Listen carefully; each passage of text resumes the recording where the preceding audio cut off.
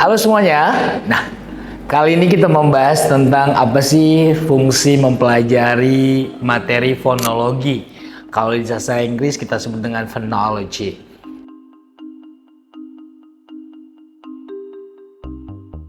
Nah, ilmu bahasa itu kan dimulai sejak bayi itu kita seorang bayi belajar namanya bunyi, phone. Makanya kita sebelum mempelajari apa itu huruf, kata, frasa, klausa, dan kalimat dimulai dengan mengenal namanya bunyi. Disebut dengan phonology, ilmu yang pelajari tentang bunyi.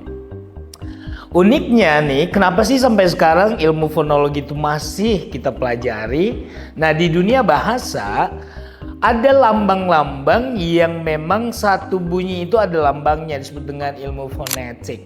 Contohnya, huruf E secara fisikal, kita huruf E itu bunyinya nanti bisa berbagai macam. Kalau di bahasa Inggris ada ada namanya bunyi ada E, ada E.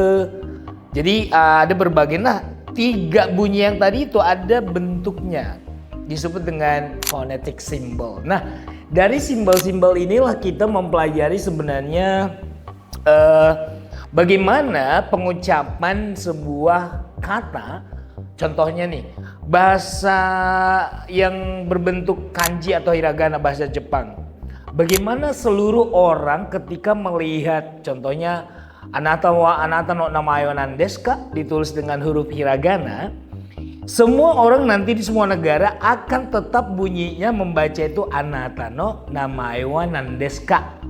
Nah, karena ada transkripsi atau simbol bunyi yang misalkan ada hiragananya, terus di bawahnya ada fonetik simbolnya yang ketika orang Spanyol pun membaca huruf-huruf itu, orang Inggris atau orang manapun tetap di belahan negara manapun itu tetap bacaannya adalah anata no namae wa nan desu ka. Nah, jadi sama dengan seperti huruf Prancis juga. Prancis itu contohnya kalau kita tulisannya kalau dalam bahasa Indonesia comments ya, tapi dibaca komong. Nah, ketika kita menulis deskripsi bunyi komong itu dituliskanlah deskripsi bunyinya yang artinya setiap orang yang melihat tulisan comment itu pasti bunyinya sama. Mau orang Prancis pun ngomong, mau orang Inggris, mau orang Belanda, semuanya bunyinya komong. Nah, dari sinilah kita melihat bahwasanya ketika kita sudah memahami namanya transcript symbol tadi, mau kita belajar bahasa apapun, bahasa negara apapun, itu sama bunyinya. Jadi itulah yang perlu kita pahami mengenai ilmu phonology.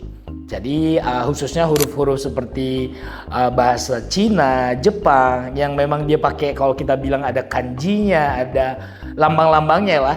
Tapi semua orang ketika melihat lambang itu bunyinya sama.